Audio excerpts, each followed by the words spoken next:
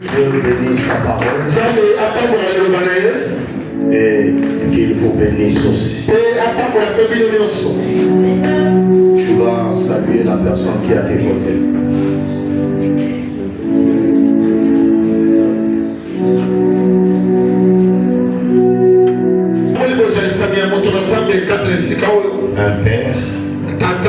Un père dans la foi,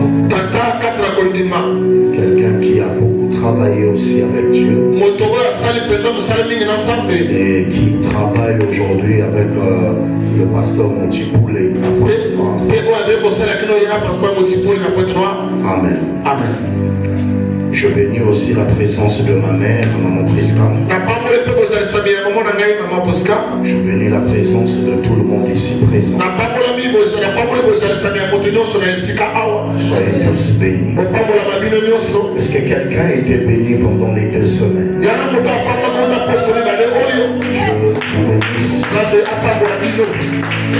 Pendant 2 semaines, on parlait sur les naissances. Aujourd'hui, je viens encore te parler sur un enfant et un fils plutôt. Amen. Amen. Quelqu'un comprend ça? Amen. Il y a les spiritualités qui ont accompagné nos parents. Donc nous avons trouvé. Et cette spiritualité a détruit beaucoup de gens. Parce que nos parents n'ont pas su gérer la spiritualité qui était dans leur famille. Il fallait que toi-même tu viennes faire un choix. De comment marcher toi-même avec Dieu pour ta maison, pour ton foyer. Amen. Amen. La façon de gérer la spiritualité, c'est ce qui fera que ton foyer soit aussi bien géré. La négligence de la spiritualité, c'est le foyer qui est négligé. Les sorciers qui se positionnent qui sont contre ton foyer vont gagner le combat. Or, c'est lui qui sait gérer la spiritualité. Quel que soit le temps où la victoire était dans le camp de ceux qui n'ont jamais aimé ton couple. À la fin, c'est toi qui gagnes. Amen. Parce que la première des choses qui leur donne la victoire, c'est le lien du sang. Amen. Le couple des enfants de Dieu, c'est comme ça. Ou le couple de l'enfant de Dieu. Parce qu'il y a le couple, les deux sont des enfants de Dieu. Il y a aussi des couples où il n'y a qu'une personne dans le couple qui est un enfant de Dieu. Donc la chose à comprendre, c'est celle-ci. Ta façon de gérer la spiritualité, c'est ce qui soutiendra ton foyer. C'est ce qui soutiendra ta maison. Il y a 2 choses. Le foyer et la maison. S'il vous plaît, comprenez ça comme ça. Le foyer, c'est plus toi et l'homme. Parce que si le mari te quitte, ou la femme te quitte, ce n'est plus un foyer. C'est maintenant une maison. De toi et les enfants. Ou c'est tout de toi seul. Amen. Amen. Amen. Oh. Amen. Vous êtes d'accord avec moi? Amen. Donc ta façon de gérer la spiritualité, c'est ce qui fera que ton foyer soit soutenu. Où tu mets l'enfilage, où tu m'enlèves la façon que tu as mis ta chemise.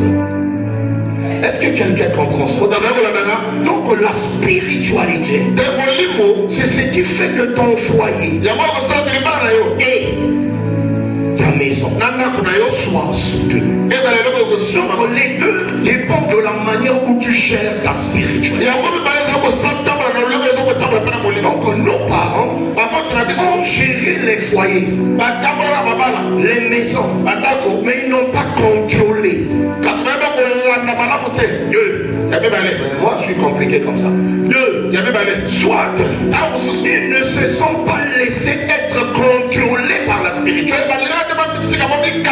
Parce que on peut contrôler la spiritualité. On peut se laisser être contrôlé par la spiritualité. Je préfère expliquer. Lorsqu'on dit se laisser être contrôlé par la spiritualité, ça veut dire la maison est sous la loi divine. Tu obliges ta maison de vivre sous la loi divine. Tes enfants, ton mari, ta femme, tout le monde doit comprendre que là où nous sommes là, c'est Dieu. Tout ce qu'on doit faire, ainsi dit l'église, la parole, dans le rythme de l'église. Donc c'est possible que la maison ne mange pas parce que vous n'êtes pas parti à l'église. Contrôler la spiritualité, c'est de gérer les cultes dans la maison. Savoir qui a la Bible ou pas. Tu dois gérer cette spiritualité. Savoir qui a prié avant de dormir ou pas. C'est de gérer la spiritualité. Nos parents géraient le foyer et non la spiritualité. Mais toi et moi, nous avons vécu des naissances qui a été maudit. Comme la naissance de Jaébet, la naissance de David, ou David lui-même dira, je suis né dans l'iniquité. Ma mère m'a conçu dans le péché. Mais écoutez-moi, vous devez savoir, lorsqu'un soldat est mort, les parents prendra l'enfant, il le mettra dans la mort, le jour de l'enterrement. Alléluia. Toute cérémonie ne serait pas faite par la famille. La cérémonie de ces funérailles serait faite par l'armée. Parce que c'est un soldat. Il s'est engagé pour autre chose. Il est un enfant pour vous, mais il a reçu d'autres appartenances. Tu es né des entrailles de tes parents.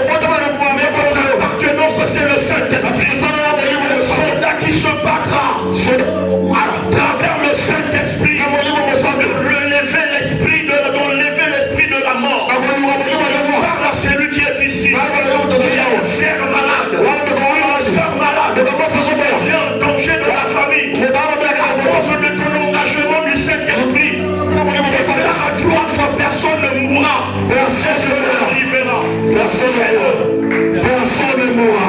Personne ne mourra. Personne ne mourra. Tu as d'autres engagements. C'est dans cet engagement tu peux ouvrir la porte de ton mariage. Et qu'un enfant pour tes parents. C'est les études. Pour réussir, n'attends pas l'aide de ton père. N'attends pas l'aide de ta mère. Ton père et ta mère. Mets-toi là où eux ils veulent. À cause de ce que tu seras demain, l'appartenance du Saint-Esprit. C'est le Saint-Esprit qui sait. Si je le mets là, il fera mieux. Ça sera la dernière fois que vous me faites ça. Est-ce que quelqu'un comprend? Alléluia. Est-ce que quelqu'un comprend ça? Amen. Le Saint-Esprit connaît ce qu'il faut pour toi. Je disais, le Saint-Esprit connaît ce qu'il faut pour toi. Les parents savent que si tu mets là, pour que demain qu'ils disent, sans nous, on n'aurait pas eu le boulot. Il faut te déranger. Que tu reçois des hommes qui t'accompagnent accompagné de l'orgueil. Ce que tu reçois du ciel est accompagné de la gloire, de la paix, de la tranquillité. Car la Bible dit, c'est la bénédiction de l'Éternel qui enrichit. Cela ne suffit d'aucun chagrin. De chagrin, c'est ce que tu reçois de Dieu. Je bénis mes enfants. Je bénis l'église.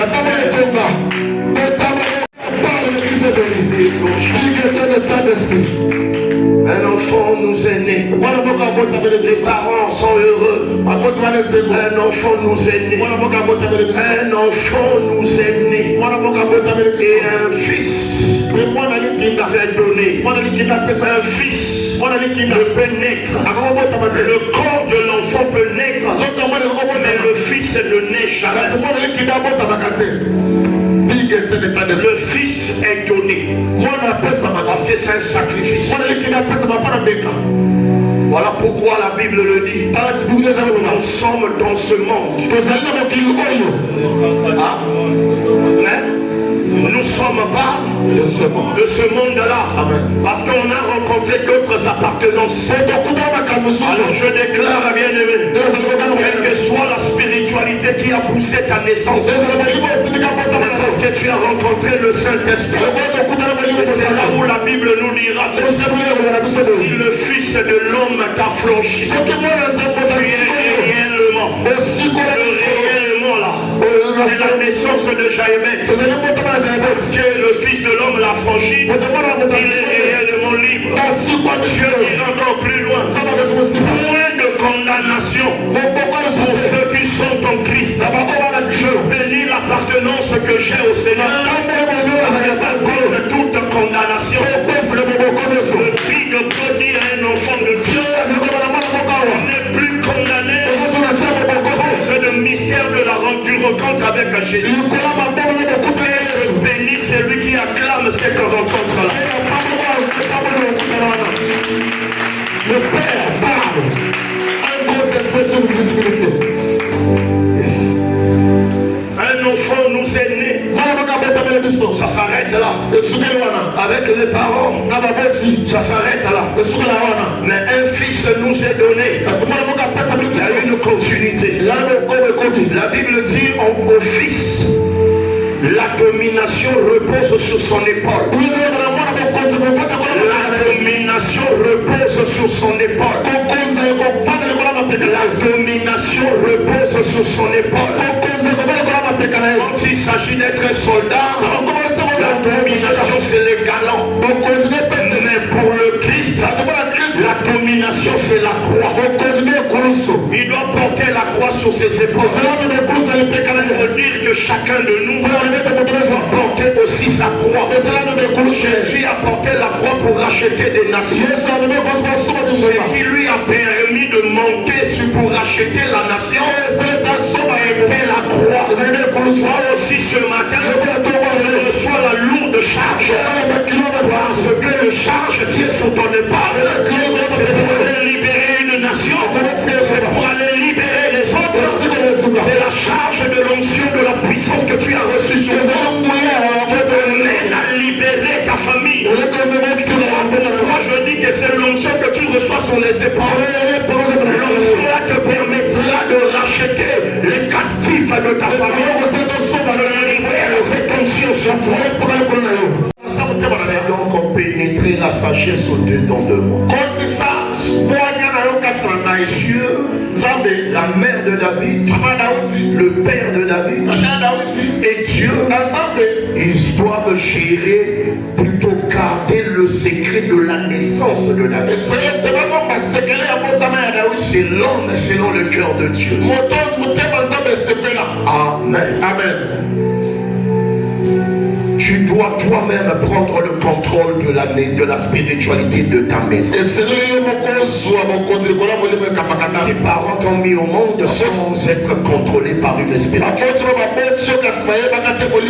Ils ont été eux-mêmes gérés par la sorcellerie. Que Dieu te libère de cette rang. Il trace un nouveau chemin avec toi. Il y a des choses que Dieu a mis dans les enfants de Dieu ici. L'œil spirituel du prophète les a détectés. Alors il faut honorer ce que Dieu a mis dans les hommes.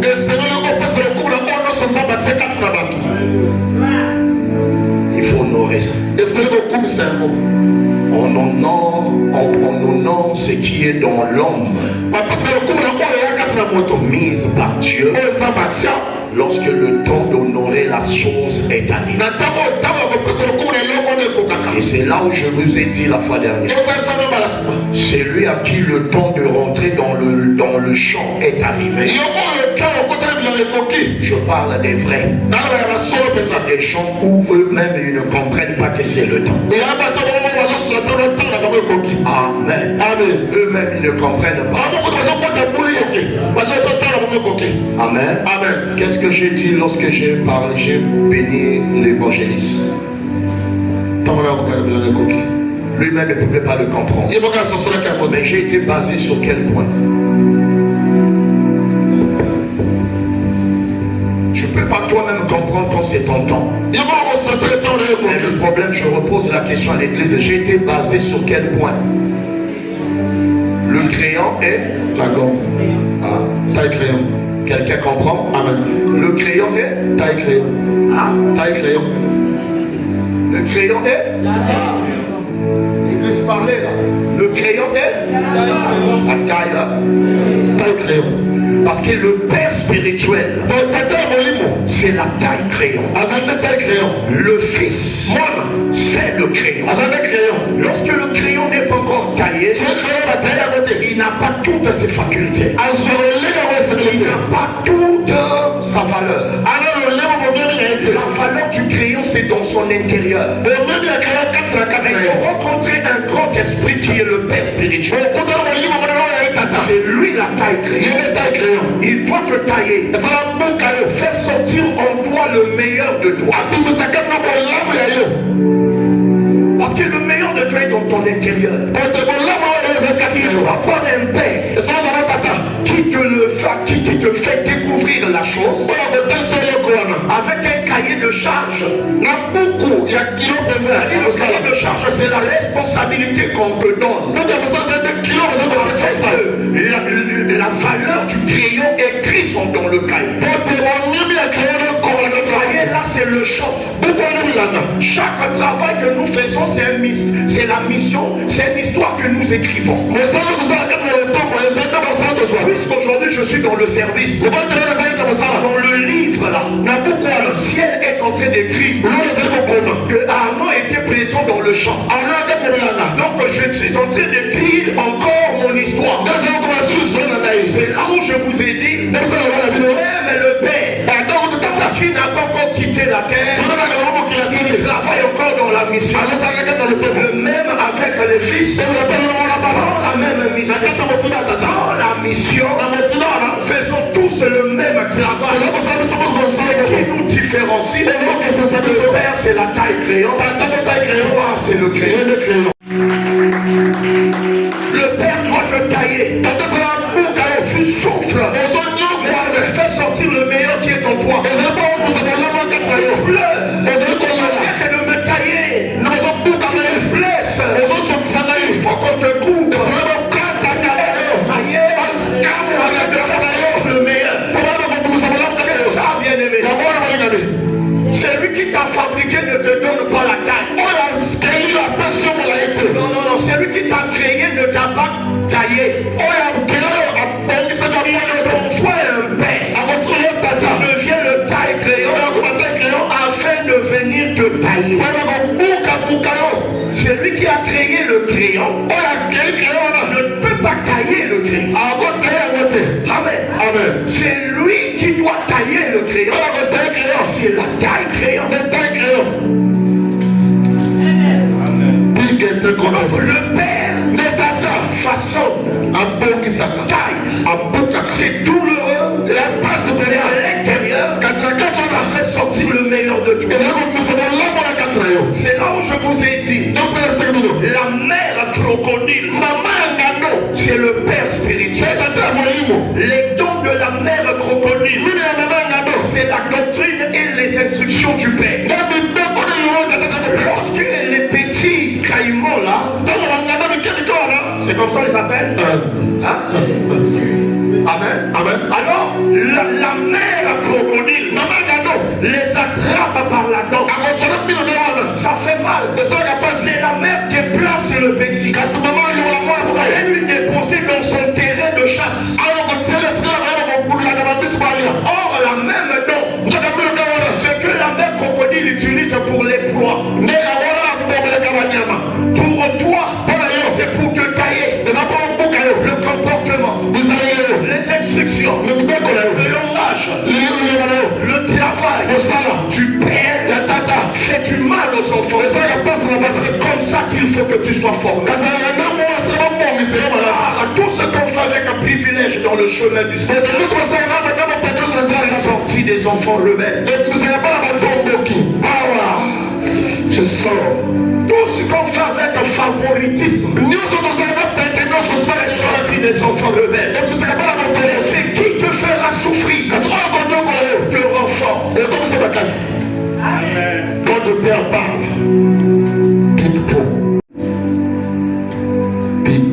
ravi d'être ton père. Et quand je te parle, j'ai l'appétit, j'ai l'envie, j'ai une troisième chose, le souci que tu sois bien nourri.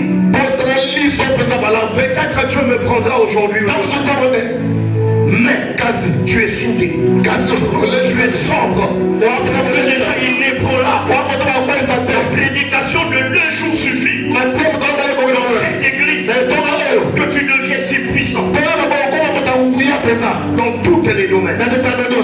Amen.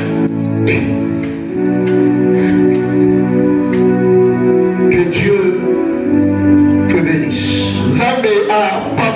Ésaïe 9:5. Car un enfant nous est né et un fils nous est donné. Il y a ici 2 types de personnes, mais dans la même personne. Église. Il y a là 2 types de personnes, mais dans le même corps. Pour les hommes, pour le père et la mère, j'allais dire, un enfant nous est né. Mais ce même enfant est un fils donné pour des nations. Pour les parents, c'est un enfant qui est né. Mais pour le monde, c'est quelqu'un qui a une mission de se sacrifier. Donc il n'existe pas un corps sans une double mission. Amen. Chaque corps a une double mission. Pour ton père et ta mère et ta famille, pour ceux du dehors, tu es un sacrifice. C'est là où ne sois pas trop la main qui reçoit, sois plus la main qui donne. Car celui qui donne a toujours été supérieur. Je libère l'onction de la supériorité.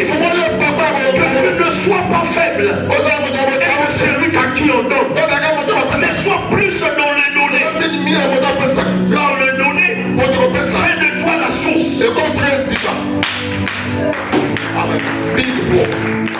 C'est lui qui donne devient la source. Reçois ça. Tu as une mission. Là où tu es né comme un enfant,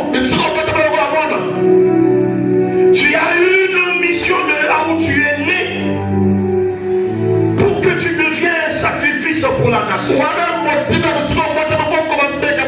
C'est-à-dire que tu es utile pour la nation. Car tu as ce que il faut que tu fasses pour ta famille. Il y a aussi ce que tu feras pour les autres. À l'exemple d'un militaire, un militaire, quand il est né, un enfant pour sa famille, quand il devient militaire, il va servir la nation.